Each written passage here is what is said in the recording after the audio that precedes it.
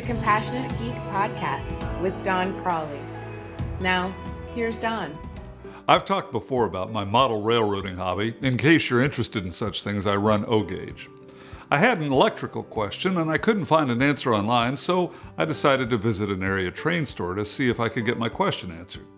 When I entered the store, the first person I spoke with was friendly and tried to help me, but after I explained my question, he referred me to another person in the store. I started to explain my question to the second person, but he interrupted me with an answer. The problem was that he hadn't heard my entire question, so the answer he was giving me was irrelevant.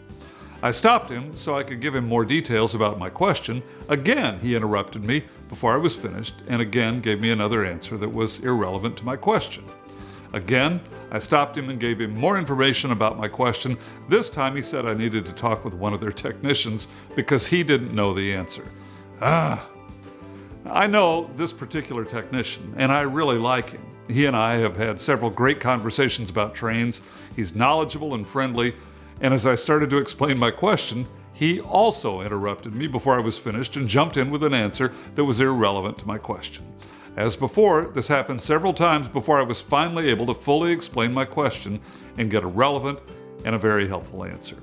I feel a little bad about telling you the story because both of these men are great guys who are sincerely trying to help me. Still, they both committed one of the biggest sins in customer service by not being good listeners. One of the biggest complaints end users, other customers, and coworkers have with all customer service providers, IT or otherwise, is that we don't listen, that we finish thoughts or sentences for them, and that we interrupt them before they're finished explaining their situation. In our world in IT, our jobs are not about technology.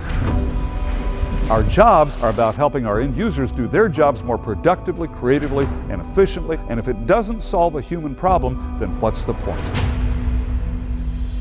In my work with IT people, I help them find ways to show that they care. Competence is critically important, but what we remember is how we were treated, how people made us feel. Most of us can learn people skills. They're simply beliefs and behaviors that can be learned.